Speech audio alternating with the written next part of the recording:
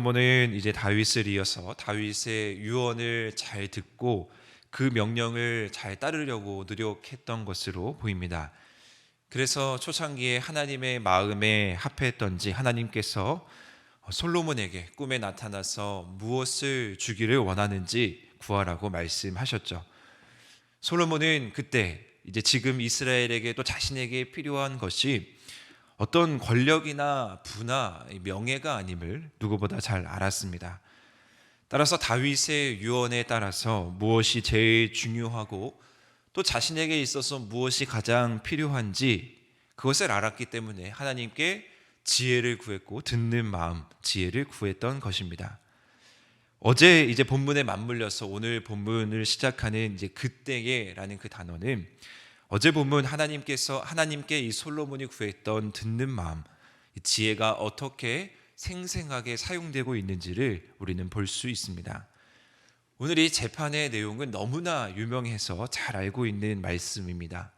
한 집에 두 여인이 살았습니다.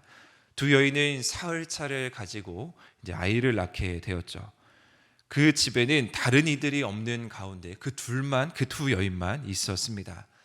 각자 아이를 데리고 잠을 자다가 그만 한 여인이 아기 위에 누워 그 아기 한 명이 질식해서 죽게 된 것입니다.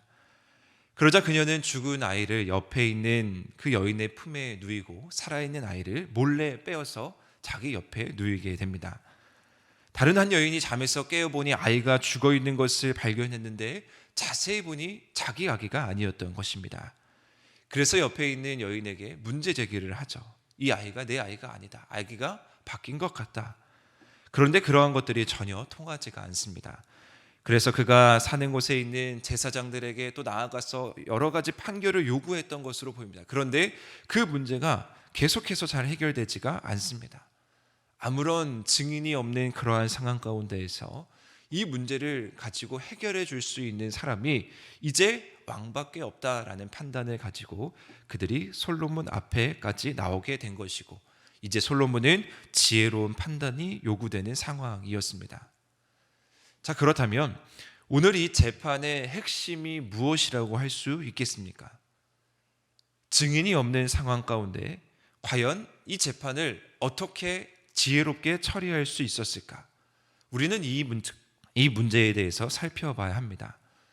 어떤 실질적인 문제보다 더 중요한 것은 무엇이냐면요, 솔로몬 왕이 이 여인들의 말을 들었다라는 사실입니다.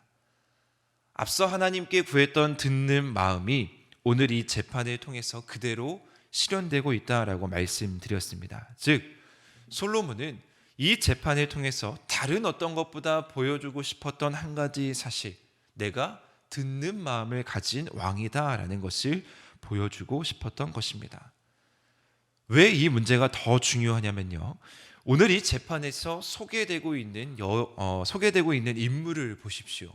이 인물은 여성입니다. 그리고 그냥 여성이 아니라 오늘 본문에서는 창기 두 여성이라고 소개됩니다.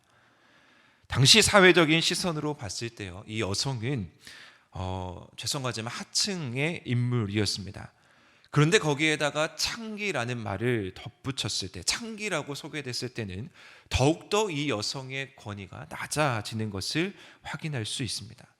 즉 무엇을 이야기하냐, 귀 기울이지 않아도 되는 대표적인 인물이 이 창기 두 여성입니다. 더군다나 왕이 직접적으로 나서서 처리해야 될 그런 중요한 일도 아니었다라는 것을 많은 사회적인 그 보편적인 시선을 가진 사건이었습니다. 그런데 이 솔로몬 왕이 오늘 이 두 여성의 말을 들었다라는 것, 그것이 바로 오늘 재판의 핵심입니다. 우리가 살펴볼 수 있는 한 가지 사실, 솔로몬이 듣는 마음을 구했는데 그 듣는 마음이 과연 무엇인가? 자신에게 이득이 되는 소리에만 귀 기울인 것이 아니고 자신의 편에 있는 사람의 이야기만 듣는 그런 듣는 마음이 아니고요, 억울하고 소외된 자들의 마음을 들을 수 있는 그런 마음이 바로 듣는 마음입니다. 즉 하나님의 사랑의 마음을 솔로몬은 구했던 것입니다. 아무도 들어주지 않는 상황 속에서 소리 한번 내보지 않고 억울하게 살아가는 사람들을 올바르게 판결할 수 있는 방법이 무엇이겠습니까? 모두에게 동일하게 적용되는 형평성, 즉 하나님의 사랑이 무엇인지, 하나님의 정의가 무엇인지 그들이 아는 삶, 하나님의 나라, 하나님의 통치가 이루어지는 그 삶의 출발이 바로 듣는 마음이었던 것입니다. 사랑하는 성도 여러분, 우리가 오늘 이 새벽 구애하는 것도 동일합니다. 우리가 마주하는 세상 속에서 우리는 하나님의 지혜로 이 세상을 살아가야 하는데, 그 가운데 우리가 바라보는 것, 우리가 구애하는 것, 그것 역시 듣는 마음입니다. 하나님의 기준에서 하나님의 사랑으로 바라보고 판단할 수 있어야 하는 것입니다. 예수님께서도요, 하나님의 나라를 선포하시고 동일하게 이 듣는 마음을 가지고 사역하셨죠. 여인의 말을 들어줬고요, 병든 자의 말을 들어줬습니다. 또 억울하게 손가락질 당하는 사람들의 말을 들어줬고, 죄 있는 자의 집에 찾아가서 그의 말을 들어줬습니다.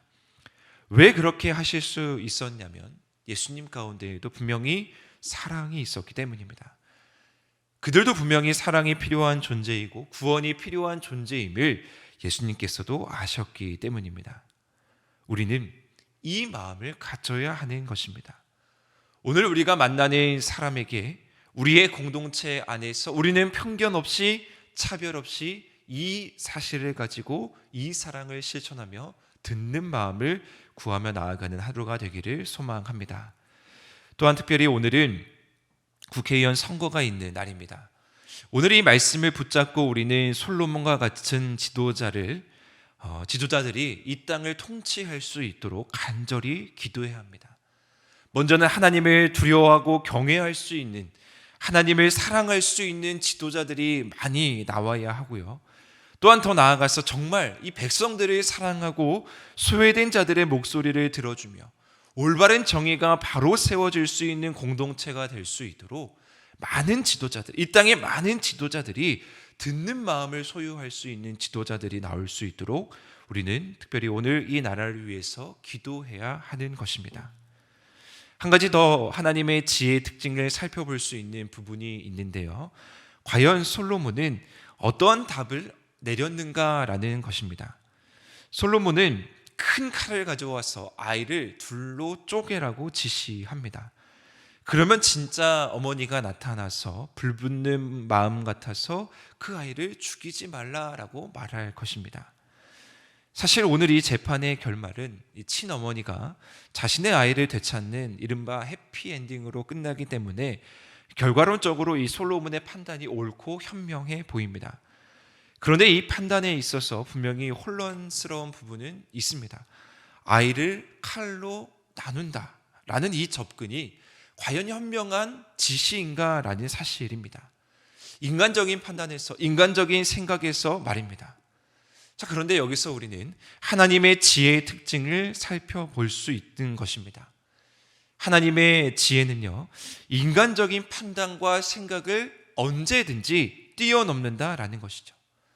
도덕적이고 윤리적인 접근, 즉 인간적인 기준으로는 이해할 수 없는 것이 바로 하나님의 지혜의 특징입니다. 우리의 인생을 돌아봐도 똑같지 않습니까? 항상 하나님께서는요, 우리가 예측할 수 없는 방법으로 우리 가운데 문제를 해결해 주셨고 우리에게 답을 허락해 주셨습니다. 우리가 하나님께 구하는 지혜는 때로는 우리가 이해할 수 없는 방법으로 하나님께서 답을 내려주시고 우리의 상식을 뛰어넘는 방법으로 찾아오신다라는 것입니다. 따라서 우리에게 중요한 것은 그것을 순종할 수 있는 믿음, 그것이 바로 하나님의 지혜를 가지고 살아가는 사람들의 올바른 모습입니다.